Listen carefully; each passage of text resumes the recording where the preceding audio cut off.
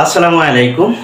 18তম শিক্ষক নিবন্ধন পরীক্ষায় যারা ফেল করেছে তারা কিন্তু অলরেডি তাদের এই ফেলের অভিযোগ নিয়ে কিন্তু আন্দোলনে যাওয়ার একটা পরিকল্পনা করছে। তাদের কিন্তু অসংখ্য অভিযোগ রয়েছে। সেই অভিযোগগুলোর ভিতর থেকে মাত্র 5টি অভিযোগকে তারা মোটা দাগে সামনে নিয়ে এসেছে এবং এই 5টি অভিযোগকে কেন্দ্র করেই কিন্তু তারা সামনে আন্দোলনের চিন্তা ভাবনা করছে।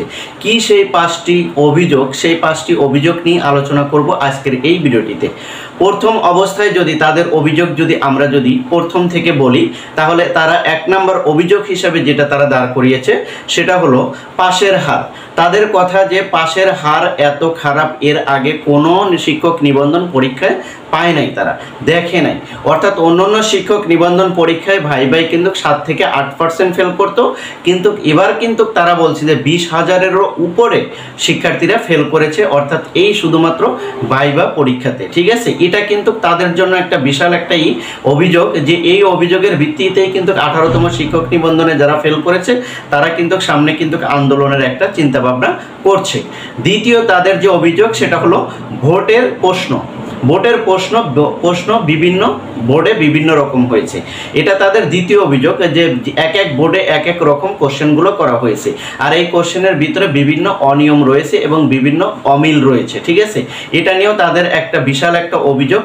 প্রশ্নের মান নিয়ে তারা 3য় নম্বরে অভিযোগ করেছে। এখানে তারা বলেছে যে প্রশ্নের ভিতরে উদ্ভট কিছু রয়েছে, অমিল রয়েছে এবং ভুল রয়েছে, যেটা আসলে কোনোভাবেই তারা মেনে নিতে পারছে না। যে একটা যে জাতীয় একটা পরীক্ষা, যে শিক্ষক নিবন্ধন, এই পরীক্ষায় এরকম প্রশ্নপত্রে এত ভুল এবং উদ্ভট থাকবে, এটা তারা কখনোই মেনে নিতে পারছে না। এটাও তাদের অভিযোগের একটা অন্যতম কারণ। 4র্থ নাম্বার তাদের যে অভিযোগ সেটা হচ্ছিল কোনো বোর্ডে 30 জনের মধ্যে একজনও পাশ করেনি। তাদের এখানে কোশ্চেন হলো যে 30 জনের মধ্যে কি কেউ পাশ করার কোনো অ্যাবিলিটি রাখে না? ভাইভাতে এত স্টুডেন্ট কিভাবে ফেল করে? 30 জনের মধ্যে কোনো বোর্ডে একজনও পাশ করেনি। এটা তাদের একদম অভিযোগের ভিতরে অন্যতম একটা অভিযোগ হলো এটা, যে এতগুলো স্টুডেন্ট কেন ফেল করলো। আর প্রত্যেকটা বোর্ডে দেখা গেলো কোনো বোর্ডে তারা জরিপ করে দিয়েছেন যে 30 জনের ভিতরে কেউ পাশ করতে পারে নাই। এটা আসলে সম্ভব? 5ম নাম্বার তাদের যে অভিযোগ রয়েছে সেটা হলো যে ভাইভাতে মার্ক রয়েছে হলো 4 মার্ক।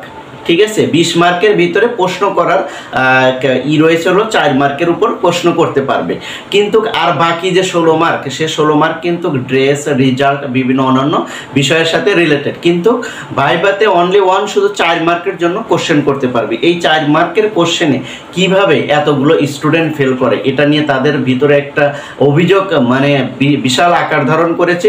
এই অভিযোগের ভিত্তিতে তারা যে এই 5টা অভিযোগ করেছে, এই অভিযোগের ভিত্তিতে কিন্তু তারা সামনে আন্দোলনে নামতে পারে। কারণ এর ইতিমধ্যেই কিন্তু আমরা দেখছি যে গণবিজ্ঞপ্তি নিয়ে কিন্তু একটা আন্দোলন চলছে, বা বিভিন্ন জায়গায় কিন্তু এটা নিয়ে কিন্তু খণ্ড খণ্ড মিছিল বা হচ্ছে।